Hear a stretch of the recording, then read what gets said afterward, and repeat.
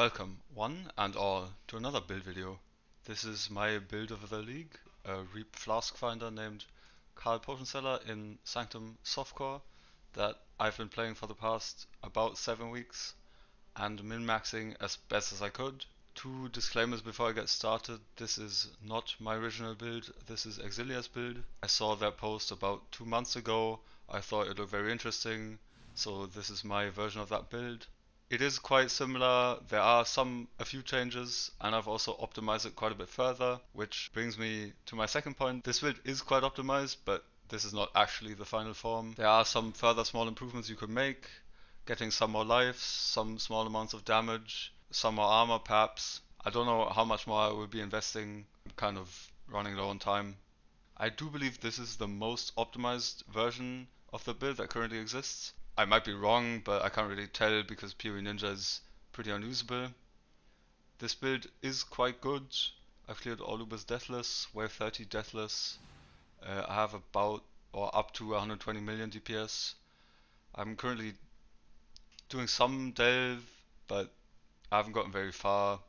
We'll see where I end up, I suppose.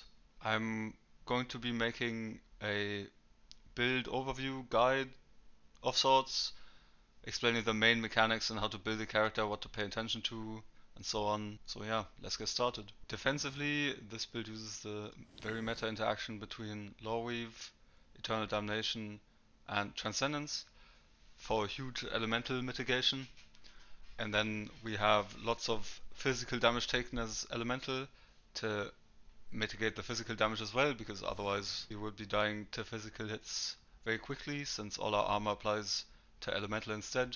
We get a lot of physical taken as element from the Dawnbreaker, some from the helmet, some from the Watcher's Eye, and then a lot from Taste of Hate, which is also one of the main reasons for running Pathfinder. I am currently at 98% physical damage taken as elemental. You can get up to 100%, but you do need a relic with at least 7% flask effect to get your Taste of Hate from mine is currently at 28% to 30%. I have been unable to acquire such a relic, so I guess I'm staying at 98%, which is more than enough for every physical hit in the game. Offensively, I use Reap, which is probably the best physical spell in the game. Because of the overlaps, I get 3 to 4 overlaps very consistently, depending a bit on positioning. We use 2 large fizz clusters with the 35 effect to scale a lot of cast speed and fizz damage, since we're in this part of the tree and we can't really scale fizz spells otherwise. We convert everything to elemental, mostly cold and fire, from the mastery and the gloves, and then we use hatred for some extra cold, which enables brittle and scorch cap from the alternating scepter, which gives us some damage and crit cap of course. And then we also have some gain extra as random from the jewel and the ascendancy, which actually gets me close to sap cap even on uber bosses, which is quite powerful. One of the most important parts of this character that holds everything together is the infinite flask tech with the 3 unique flasks, for which we use this very specific belt with the flask mods, and then we pretty much also spend the entirety of our ascendancy on it. I only grab 2 notables and then the third one with the forbidden combo, and then we grab pretty much all of the small nodes to gain a lot of flask effect and flask charges gain and some duration and so on. And then I also have 2 flask wheels on the tree to make sure I have 100% uptime all the time. This is unconditional, the flasks never go down. I'm not raise capped without them, so I'm very reliant on them. I have 97% global flask effect, which heavily scales Progenesis and Taste of Hate, which makes me very defensive. And then I also get a shit ton of damage from the Bottle Faith and some from Taste of Hate as well. And then we fill out our last 2 slots. Normally I'm using a Granite, or I mean normally this is more defensive because it boosts our armor for Transcendence a lot, but when I'm not really paying attention or like not running dangerous content, I use the Quicksilver a lot because not running around with the Quicksilvers like, can be quite painful. This is not very fast. I do have shield charge, which is pretty quick, but when I put on the Quicksilver, it is a lot faster, of course. Yeah, I'm just a lot quicker because we have so much flask effect, and this is a lot more comfortable for like non-dangerous content. There are some different flask swaps you can make. You can put on Aurea's End, for example, which I haven't tested at all. You can also swap in the Topaz flask sometimes, depending on what you're trying to do. You can also swap out some of the suffixes. You have to pay attention to the breakpoints a bit. The unique flasks are generally very easy to keep up permanently. I do also have 28 quality on all of them, which you do need for most of them. Taste of Hate and Progenesis are pretty easy to keep up. The magic flasks also have the Alchemist prefix, which gives you effect, but of course you need more charges gain and duration to make up for that. You also kind of have to pay attention to your rolls on your unique flasks, the Bottle Faith and the Progenesis on the Bottle Faith. You really want 16 or 15. The breakpoint between for the duration is at 16, so it lasts 0.1 seconds longer, which you really want. And then on the Progenesis, it doesn't matter too much. This one is pretty well rolled, but you don't need a like anywhere near a perfect one to keep it up permanently. You can, if you're paying some attention, you can see the Progenesis almost always pops when it's like, I mean, you can see right now that was like at 1/3. It like never comes close to going down. The Ruby Flask is also very important because it enables Righteous Fire, because a Ruby Flask with 117% Flask effect just gives you a shit ton of less fire damage taken. And then I also have pretty good regen. As you can see, I'm sustaining Righteous Fire and thus gaining like 40% more damage for spells, which is quite hefty and you don't really want to lose out on that. For rare gear, you need some specific stuff on some items, but mostly you just want life. And on my gear, I have a lot of life regen as well. On all three of these pieces, I have double life regen suffixes. On the gloves, you do need 60% fizz convert to fire. And it's important that this is fire as well to enable Trinity, which I'll talk a bit more about later. Then the belt I've already mentioned. You really want the reduced flask charges used. Fractured suffix, and then I use int essences on this to gain 2 on flask duration, and then pretty much reforge life, and then Isling for the last prefix, and then benchcraft the flask to not consume charges. The benchcraft isn't really necessary. In an ideal world you would have Hunter life instead, but then you would have to use a non-fractured base, which becomes insanely expensive, and I'm not going to be attempting to do that. Yeah, this just has regen, movement speed, life pretty much, some int. On the helmet, you need physical damage taken as fire, which is very important. Or, I mean, it could be any element, and then the implicit as well. Originally, I was using a delve mod for this, but this is the fractured coral prefix. The only difference is that this is a veiled mod, so you can't have a second one. But more importantly, it's also a prefix, unlike the delve mod, which is a suffix, which is important because I'm using trigger helmets instead of trigger weapon. I found the trigger weapon to be quite inconsistent, so I'm using this instead. You're basically trading a weapon suffix for a helmet suffix, but this also kind of enables focus, and since I'm using focus anyway, I've incorporated a bit more on the scepter with the 20 DD focus, and then 50 cast speed focus on the gloves, which gives me a big chunk of damage when I use focus, and I proc Wave of Conviction and Assassin's Mark, which is the reason to use focus in the first place. I do have quite nice synthesis rings. There's a lot you can do here. You primarily want onslaught on one of them, and then what's also very important is that you get leech somewhere. There are a few different viable sources for leech. The first is your relic, but obviously comes at quite a big opportunity cost depending on what other relics you have. The best option, or the most basic option, is probably a fractured delve ring, which I was using originally with either cold or fire leech, which is a prefix. But then of course you can't have a synthesized ring. You can also get it as an amulet corruption if you somehow get like a double corrupted eternal damnation, because you really do want +1 curse on there. I ended up getting a ring with both onslaught and fire leech, as well as crit multi, and then the other one just has some fluff mods.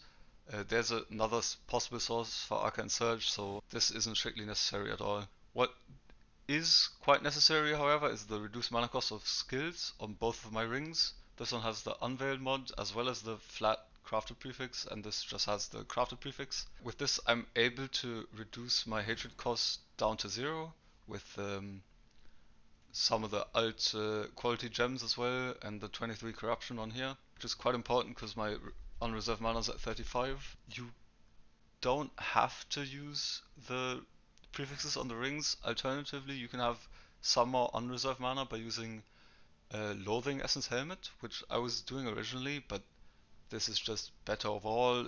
Like I also have lower costs and everything else. Pretty much nothing costs anything, like 10 to 20 mana at most, and I have quite good regen as well, so this is more than fine. These rings are incredibly annoying to craft though, so you probably want to be starting out with the Loathing Essence Helmet.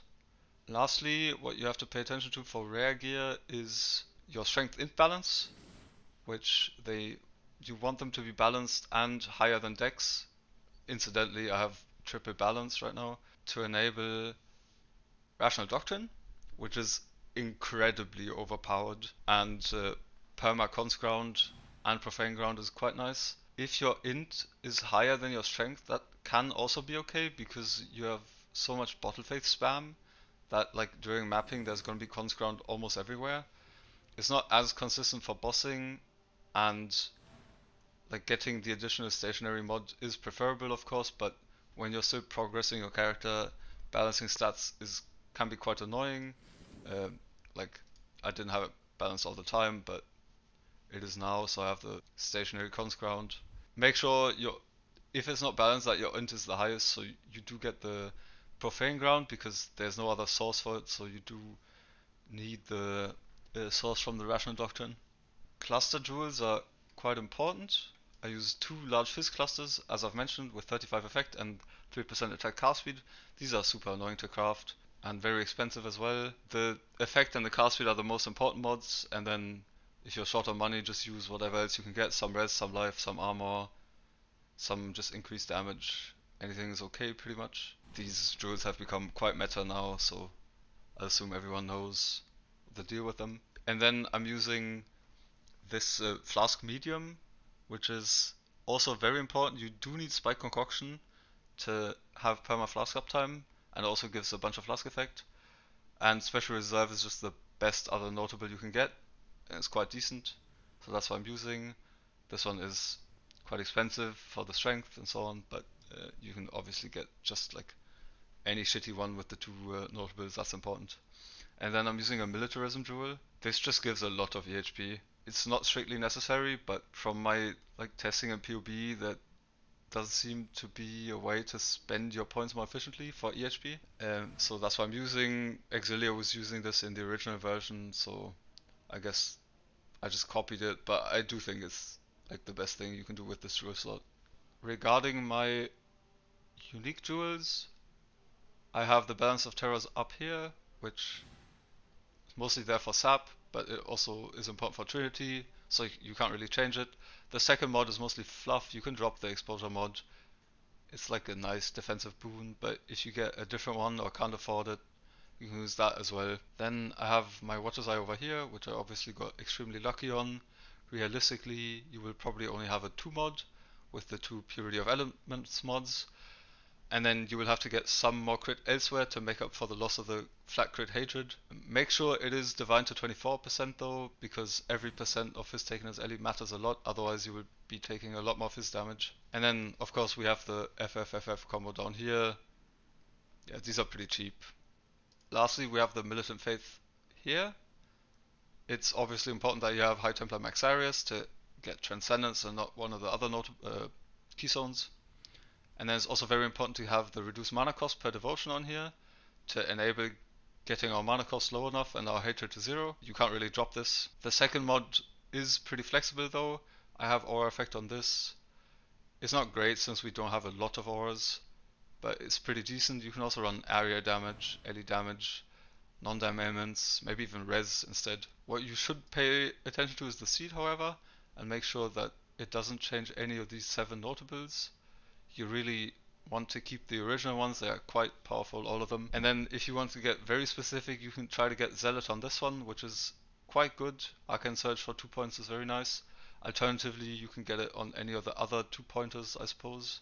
I have it on this, even though I don't use it anymore since I have Arcane Surge on my ring now. Most people probably won't have a ring like this. I mean, you can also just use a ring with only Arcane Surge. But yeah, just make sure you have the reduced mana cost and your node builds aren't bricked. The tree itself doesn't really do anything exciting. We just grab life, suppression, flask stuff.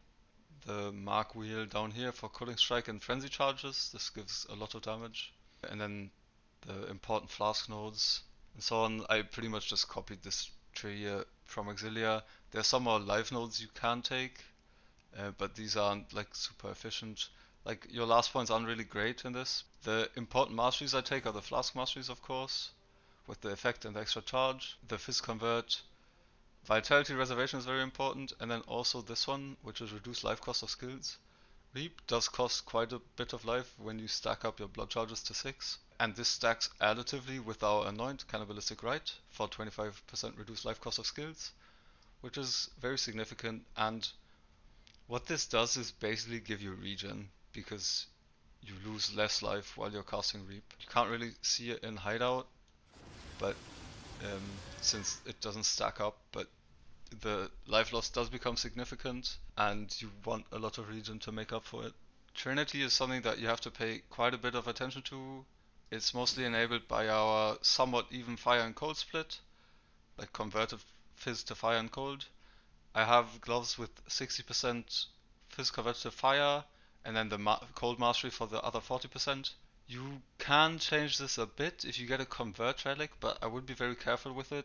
In general, we have too much cold damage because of hatred, and the Trinity also, it only works after I've used elemental weakness to enable the balance of terrors.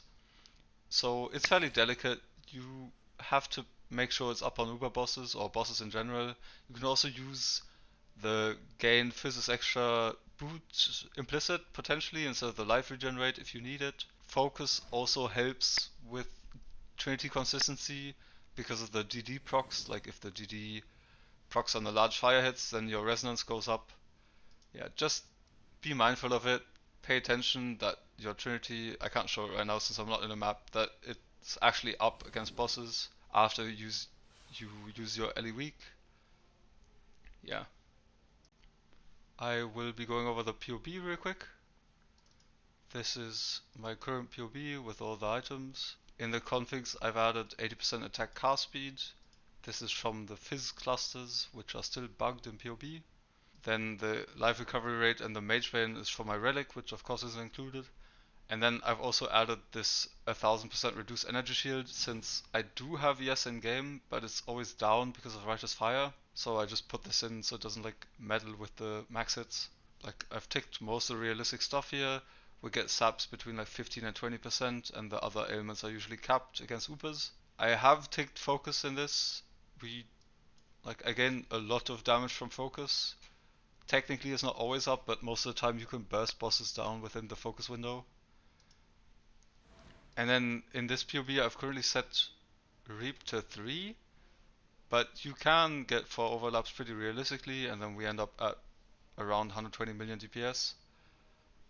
It depends a bit on how well you aim, but you get 3 overlaps pretty much always.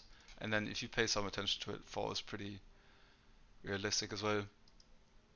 And then I set this to enemy damage type melee. If you set it to spell, our max is pretty much double because of spell suppression. You can leave it as average as well. These are some very high max hits. It's You can't really die to hits on this build.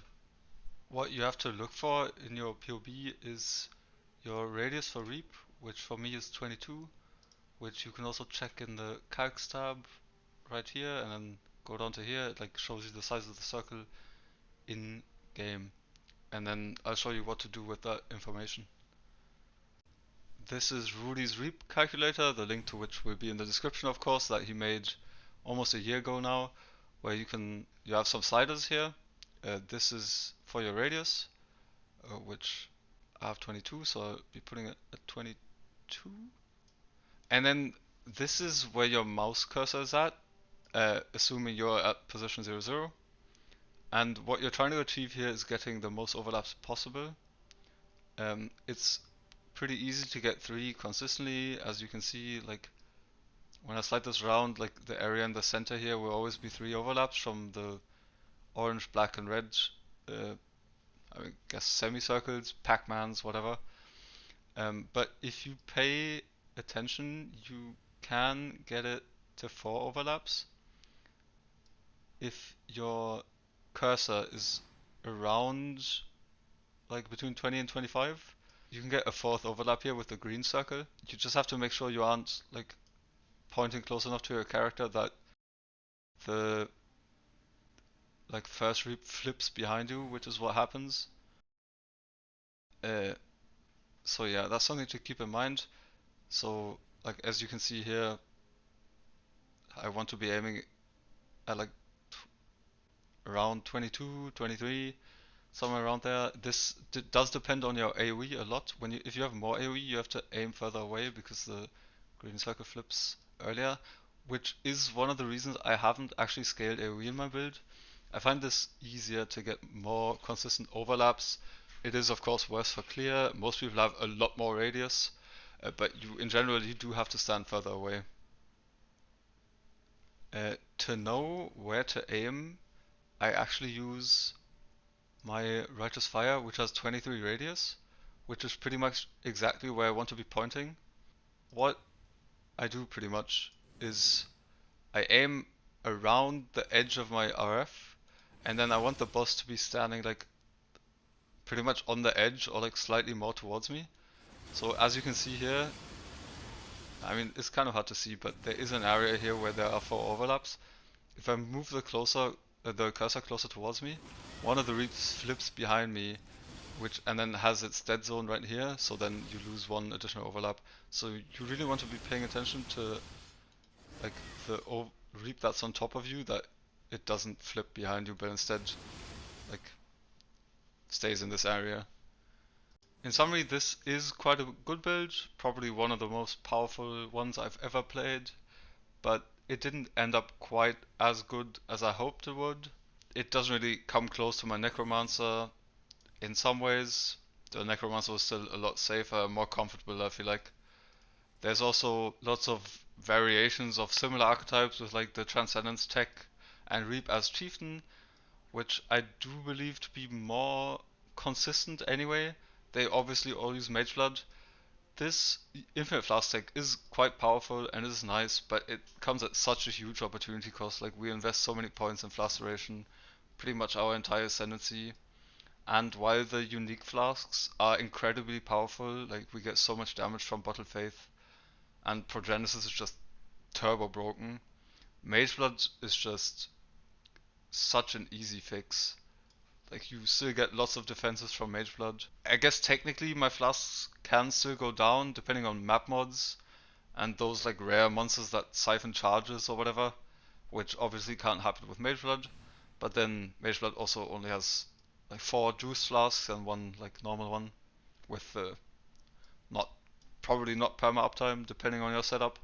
But yeah, I don't know if I like can really recommend this setup. It is quite a different spin, like an interesting spin, I guess, on what you can do as a spell Pathfinder. And flasks are OP as always, so like, leaning into them does have merit to it. Just arguable whether it's worth it over Mage Flood when this build is really significantly cheaper because it doesn't use a Mage Flood. So yeah. This build is also relatively weak to degens by the nature of being a Transcendence build. We are kind of stuck at 78 max res with the Lore Weave combo. This is obviously very far from 90, like the melding builds, so we take a lot more damage from degens. I've kind of fixed this by getting a lot of life regen on gear, and my life regen is pretty good, like we cover like pretty much half our life pool every second, and then also have leech on top. But this doesn't really do anything against Sirius because he disables your degen with the puddles, and it's also very noticeable that I take significantly more damage from degens Like when Cyrus beams me, my life ticks down very quickly, and I have to mash my flasks to like get rid of the CB since I don't have permanent CB immunity. Ideally, you would probably have CB corruption on one of your unique jewels, which I don't have since I haven't run a lot of Cirrus, but I might get around to it eventually. Yeah, I guess that's just the general trade-off of Transcendence. You get obscene hit mitigation, but you are relatively weak to degens, and that's like the crux of the build. You can definitely die to them. Like I've mentioned before, I don't think this is the most powerful build you can play on this patch. There are plenty of other options. Sublime Vision Chieftain is incredibly powerful and is pretty much immune to degens because of 90 overcap. Nerotox has built a very similar character to mine with the whole Transcendence Lawweave package as a chieftain instead, which has a lot more damage. And then Rudy and Muir have been building their Stormburst Chieftain, which seems like it might be contender for Build of the League, or it's definitely a top contender. They fixed the recovery issue. Like if I were trying to make the most powerful build I could possibly make, I would probably be looking at a chieftain instead of this. I think that's pretty much it. I just want to shout out Nerotox again, who has made a very similar character and helped me with mine with some of the crafting. I'm also using his Lawweave since I was unable to get a +4 myself. And then Exilia, of course, who came up with the build. They do make some quite interesting stuff that's worth looking at, so I just want to shout them out again. But I think that's it for me. I do have an idea for potential last character that I might be doing some testing on. I'm not too sure yet. Otherwise, I see you guys next time. Thanks for watching.